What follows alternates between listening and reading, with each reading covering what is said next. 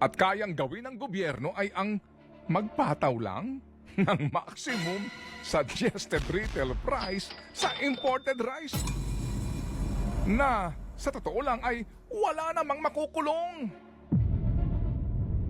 At heto pa, magdedeklara po raw ang gobyerno ng food security emergency para lamang makapagpalabas ng old stock na bigas ang National Food Authority at maibenta ng palugi bilang pandagdag daw sa sinasabi nilang murang bigas.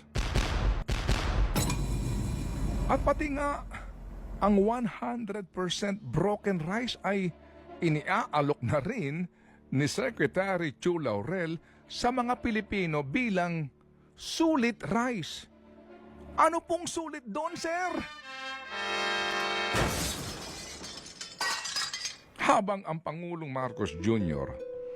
na umaamin mismo na hindi natutupad ang intensyon ng kanyang Executive Order number 62 ay walang palatandaan, walang paramdam, walang senyales na ito'y kanyang ibabasura.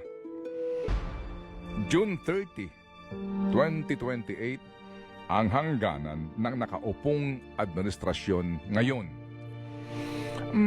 Para sa mga hindi mainipin at marahil ay mahaba-haba ang pasensya, 3 taon na lang sila.